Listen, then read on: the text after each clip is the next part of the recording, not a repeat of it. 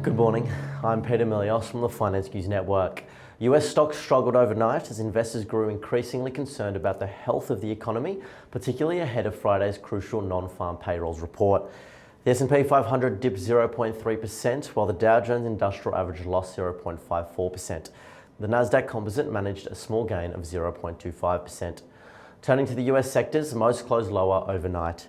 Consumer discretionary, communication services and technology were the only sectors in the green. Health was the worst performer. Thursday's economic data provided mixed signals.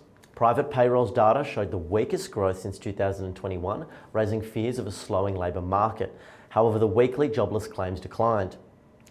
The market has been particularly sensitive to economic data in recent weeks, as seen in Tuesday's sell-off following weak manufacturing data. In company news, Tesla shares rose 4.9% after announcing plans to launch its full self-driving software in Europe and China early next year. Frontier Communications dropped at 9.5% following Verizon's announcement of a $20 billion acquisition. JetBlue Airways stock surged over 7% following an upward revision to its third quarter revenue guidance.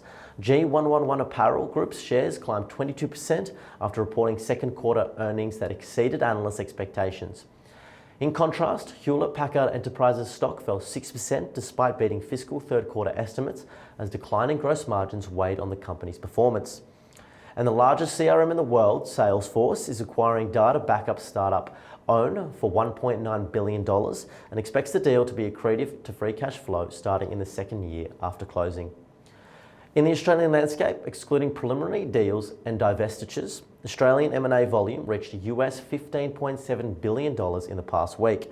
The AirTrunk acquisition, advised by Macquarie and Goldman Sachs, is expected to significantly boost their league table rankings. And the SPI futures are pointing to a 0.1% gain. Thank you for listening and have a great weekend.